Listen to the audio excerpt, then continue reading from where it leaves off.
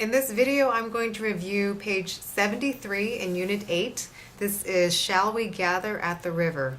And in this piece, we are using for the first time eighth notes. And remember, if you see eighth notes in a piece, we want to start counting it. It's helpful to count something between the main beats. In this case, we have 4 beats per measure. So instead of counting 1, 2, 3, 4, count 1 and 2 and 3 and 4 and. So you have something concrete that you'll play those eighth notes against. I'll play through the entire piece first. 1, 2, 3, and 4 and.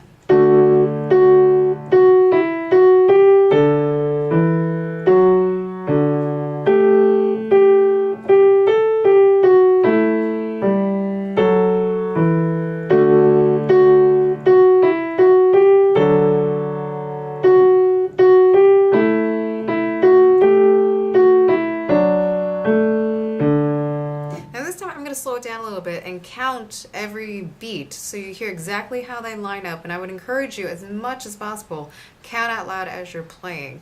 1 and 2 and 3 and 4 and 1 and 2 and 3 and 4 and 1 and 2 and 3 and 4 and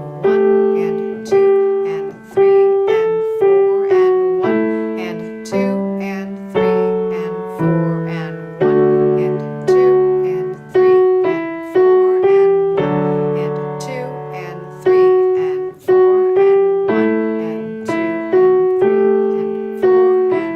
and 2 and 3 and 4 So the trick sometimes is actually holding the other note values long enough so that you are keeping that basic beat the same in every measure.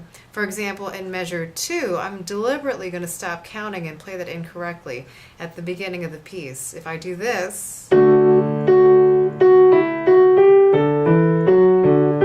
obviously I rushed measure 2. It was twice as short as measure 1. The underlying beat changed. So make sure even when you don't have eighth notes, you are still feeling the eighth note pulse. You're still counting in between those main beats.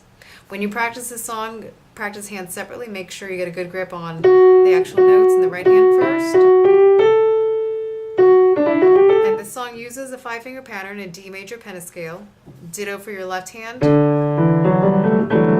Sometimes you're playing intervals in your left hand, sometimes you're playing single notes. All right. If you're putting this together and fumbling in certain places, like measure 2,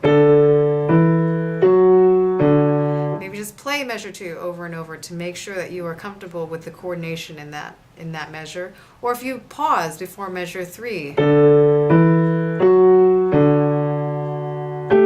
If it takes you a second to figure out what you're supposed to do on beat 1 and measure 3, just practice measure 3.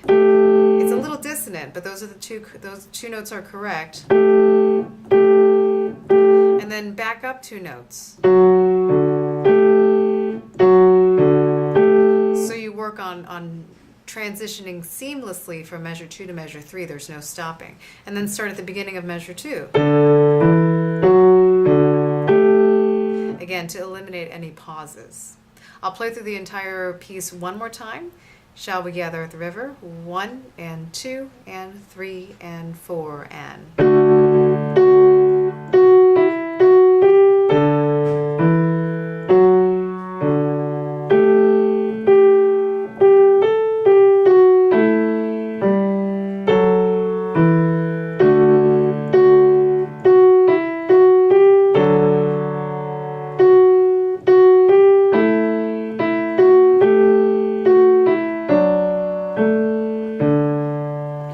Like to play that with the teacher accompaniment, I'll add that in now. 1, 2, 3, 4.